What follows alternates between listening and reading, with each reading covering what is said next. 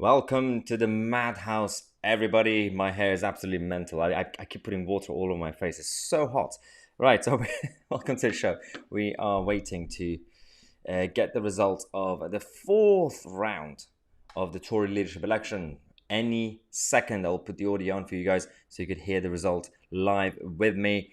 There's a lot of people in the live chats waiting. A lot of Kemi Badenoch supporters. We have a few Liz Truss supporters. What are the Rishi fans?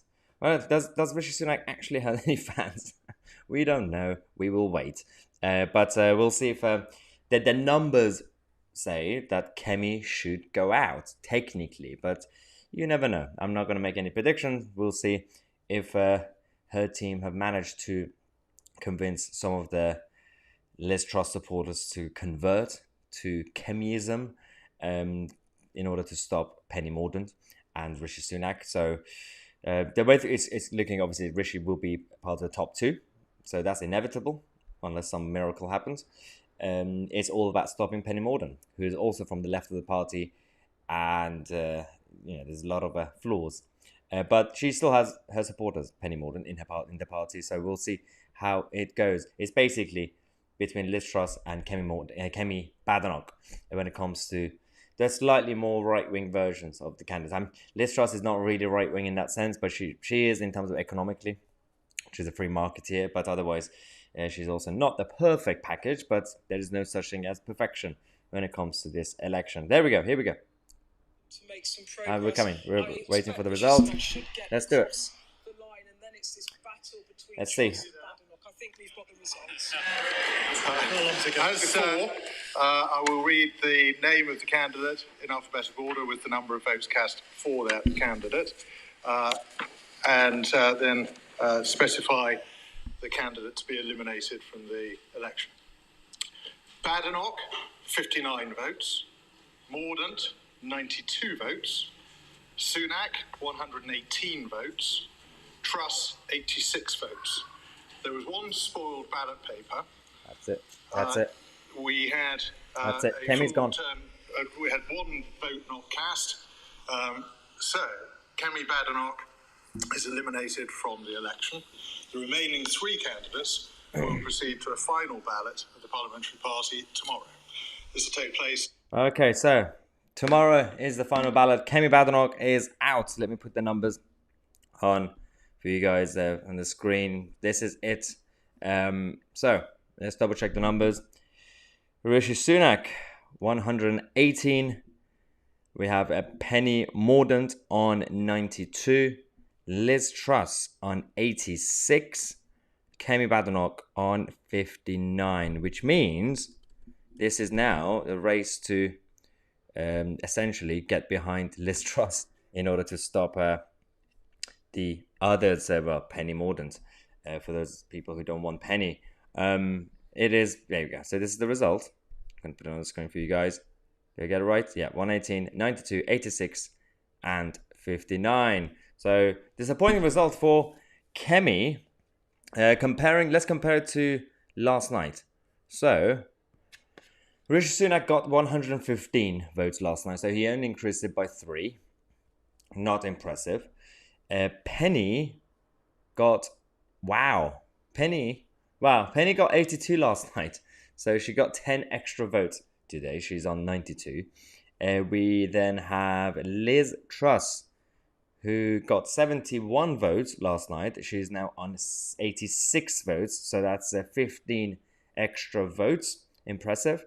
Kemi was on 58 and she's now on 59. So Kemi only managed to get 1 extra vote. This is the end of the road for Kemi Badenoch's campaign team.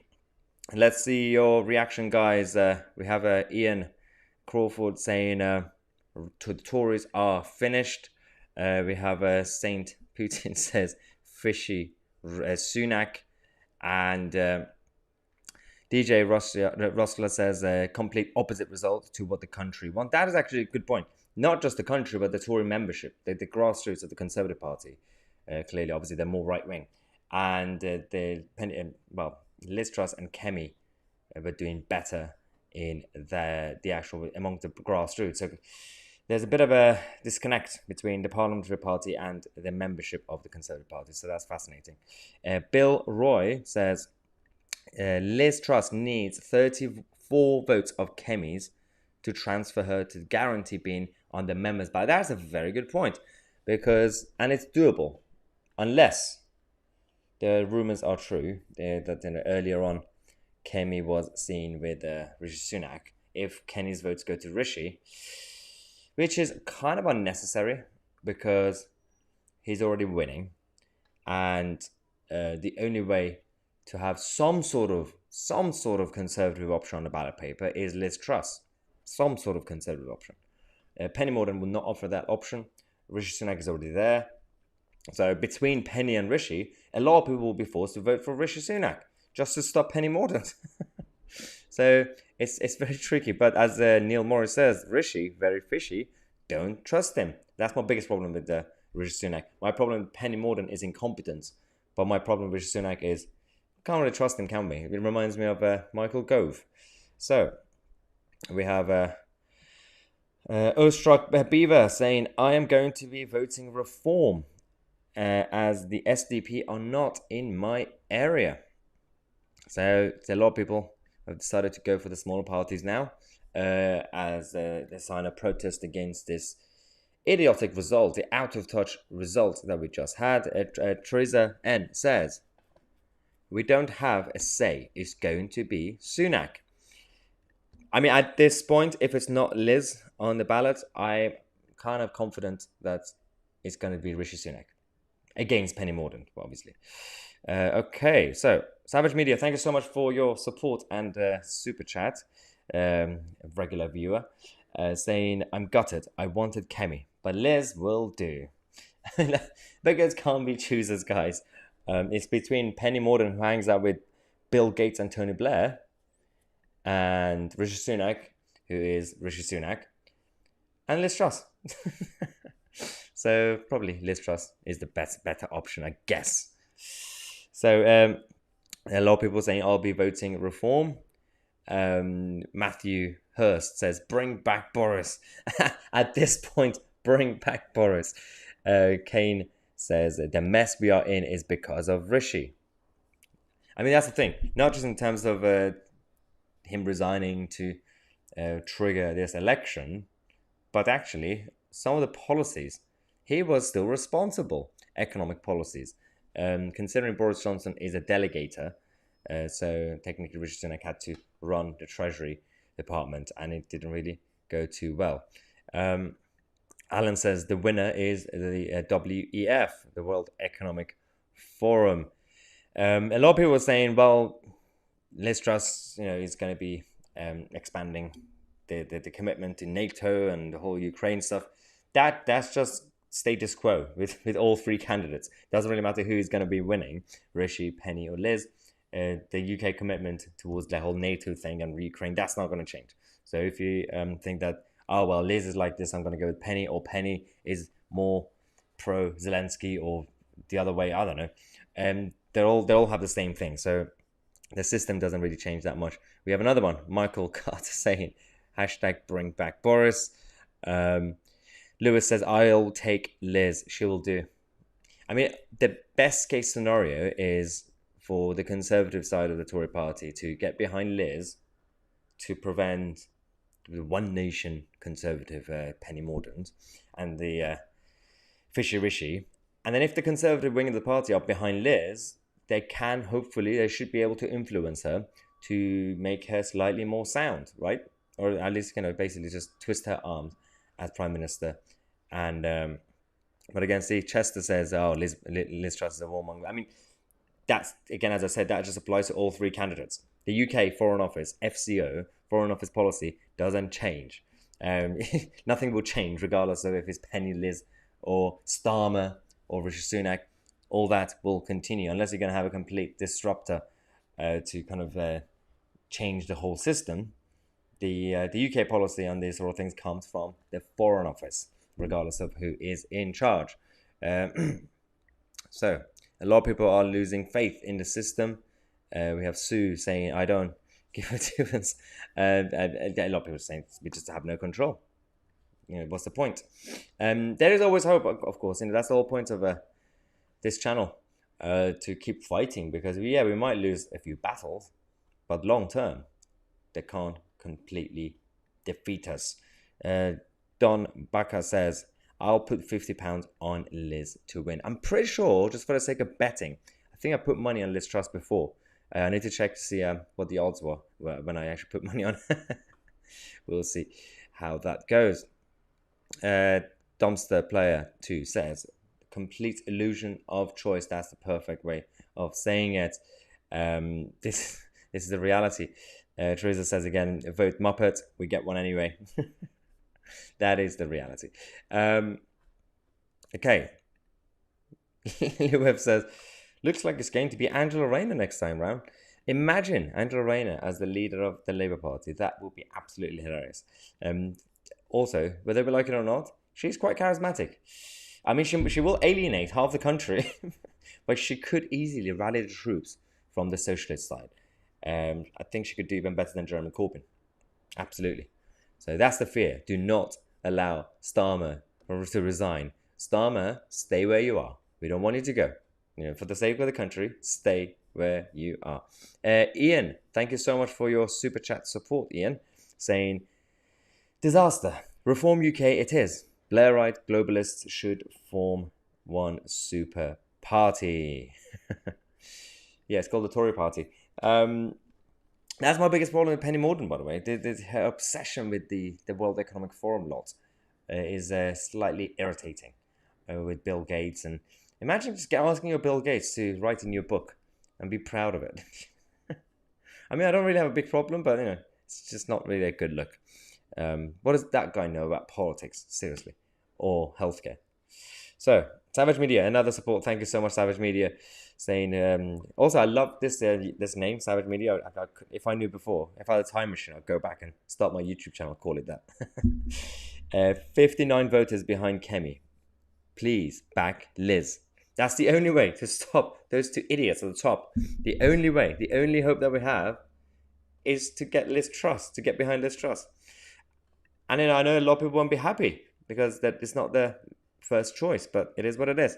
Toddy, thank you so much for your super chat. Toddy, saying, it's all because one person, Boris Johnson, broke the rules. Meanwhile, more than 60 Labour MPs and councillors and mayors have been investigated and arrested or suspended since 2021. That is a very good point. But the reality is, you know what? The issue that brought down Boris, everything was either a trigger to actually start the snowball, or the symptoms. The problem was that at the end of the day, he couldn't manage to keep his team together, and he lost direction of his own vision, his vision that he had in 2019. He allowed certain people around him in number 10 Downing Street to call the shots because he's a delegator, so he can't be a leader in that sense. But a delegator could still exist as long as they could keep the team together. Just hold them together as manager. But he didn't do that, and he just lost complete power. That's the only problem that caused this government to come down. Kev, thank you so much, Kev, for the super chat, saying Kemi's support now needs to back Liz Truss. This, as I said, is the only way. You guys are spot on. If the political system read these live chat comments that you guys are sending today, and obviously the Tory grassroots as well, there will be more in touch. This is the real country. There's a lot of people, of course, there's people in this live chat who are not all right-wing. Some people are supporting SDP, who are still Brexiteer, but of course more towards the Attlee side, the centre-left, the trade unionist side. And we have people right-wing and left-wing and centrist. I don't really believe in centrism, by the way. Just pick a side. Pick a side, guys. But you guys are showing more common sense than the political class. That is absolutely embarrassing for the country. That you guys should be in charge, yet we have people like Fisher Rishi and Alan Mack and so many other weirdo MPs in charge, and Angela Rayner. Forgot about her as well. Let's see. Andrew says, Rishi Sunak gets his inspiration from Tony Blair. That is sad, isn't it? Let's see what we have. Giles says, I want Liz Truss to be leader now. A lot of people who are backing Kemi are now getting behind Liz Truss. But is that going to resonate when it comes to the Tory Parliamentary Party? Are they going to listen to you guys? And are they going to listen to the grassroots Tory members? I don't know. We'll see tomorrow. We'll find out exactly what's going to happen tomorrow afternoon when we have the final round of voting. Tomorrow we'll be having the final round of this the ballots, which I'm glad. I just need a break. I need to go to sleep at some point, and this is going to be absolutely crazy. Anna, who's a Conservative Party member, says the party conference is going to be very interesting. It won't be interesting if it's Penny Mordaunt, though. People will fall asleep instantly. My only advice to Rishi Sunak is it will help if he doesn't constantly smile like a car salesman. That would definitely help his chances. But yeah, his face is not really that likable, is it? So I'm going to show you guys something. A friend of mine sent me something, which I'm slightly offended. I'm very offended, actually. Okay. Because I was on GB News, and there we go. And then people were saying Rishi Sunak was not wearing a tie, and I was on GB News not wearing a tie. And then clearly there are now comparisons. Have you seen these two in the same room? I really don't want to be compared to Richie. I don't know whatever his name is. So I can confirm that I am not Rishi Sunak, and my values and policy ideas are not like Rishi Sunak. I do not like to print money to solve problems. I do not like to raise taxes to solve problems. I want to cut everything. Not frontline services, by the way, don't worry. Just museums. Okay, so that was a joke. Let's see. I'm going to wait for your reactions in live chat because it's obviously delayed for about 10-20 seconds to see what you're going to say. I knew you're going to say something. Okay, so Rishi is nearly as much as Trudeau. He's really not likable. Yeah, he reminds me of Justin Trudeau. Perfect. Absolutely perfect. Bob says, you're better looking. Aww, I love you guys. See? That's why I like to do videos on this channel. Let's see. Max Type 8 says, I used to buy cigarettes from Angela Rayner. Oh, no. Okay. Chris says, you're not a billionaire then. I wish. I only wish. No, I'm not. Ian, thank you so much, Ian, for your super chat support. I appreciate this. Saying, and again, the MPs in the Westminster bubble are out of touch with the British public. Spot on, Ian. Are they ever going to learn? And I'm going to actually, I read this last comment, well, least recent comment, and I'm going to tell you the biggest problem. I've discovered the problem. Savage Media. Thanks again, Savage Media, saying, my Tousi for Manchester Mayor moved to Manchester. Oh, no. Why would I do that? I lived in Manchester for 3 years. I really enjoyed it, by the way. I used to live in Disbury and, was it Fallowfield? Yeah. But that was university days. So, yeah, I don't think I can leave London. Although I'm getting slightly older now. I'm trying to find a house with a garden. So I'm looking at outside of London. So if you have any suggestions, not too far from Greater London, but anywhere but Surrey, that would be good. I got my problems. So what was I saying? Right, let's get back to the topic. Basically, the biggest problem that creates division between the political class and normal people out there, all of us, is the political party HQs, Labour HQ and Tory HQ, especially Tory HQ, which is called CCHQ. Now, the Conservative campaign headquarters, they have other priorities. They believe that they have to hit the diversity things, and they try to do it without quota, and they try to. So, but they do selections, and they push for certain candidates, and then they end up actually picking incompetent ones or someone who just tick all the boxes, and not necessarily based on like gender or skin color, but then just because they carried some leaflets and they distributed some leaflets and canvas, that's what they want. They want someone to just be a slave to the party. But sometimes these people who tick all the boxes, they have skeletons in their closets, and the Tory party somehow turn the blind eye or forget to vet them properly. And then on the other hand, they reject people who want to become candidates based on, oh, well, you tweeted something that was edgy. You tweeted saying the NHS needs reform. You can't say that. That's the Tory party. So they end up picking candidates based on other priorities rather than actual merits and life experience. Because what they do, they pick wishy-washy ones. They say, oh, well, you used to work in a factory for like 10 minutes and you're from the north of England, so that's going to help with the Red Wall. So you are now a real person, even though you spend the rest of your 20s spreading leaflets for the Tory party. What do these people know about real world? Just because you worked, for a bit, a minimum wage job doesn't mean that you're actually in touch with society. It doesn't work that way. Just because you know the price of milk doesn't mean that you're in touch with society. This is not the 1950s anymore. Jesus. Okay, it is what it is. All right, I'm gonna let you guys go because I'm gonna go crazy. But we're gonna come back throughout the day. We're gonna have a lot of updates, especially when it comes to Penny Mordaunt's campaign. There's a bit of an iffy situation with Penny Mordaunt, who might be using her government platform to promote her Tory leadership campaign. Not looking good, Penny. Right. Thank you guys so much for joining the live chat. Subscribe to the channel. I'm Tousi and we are the media.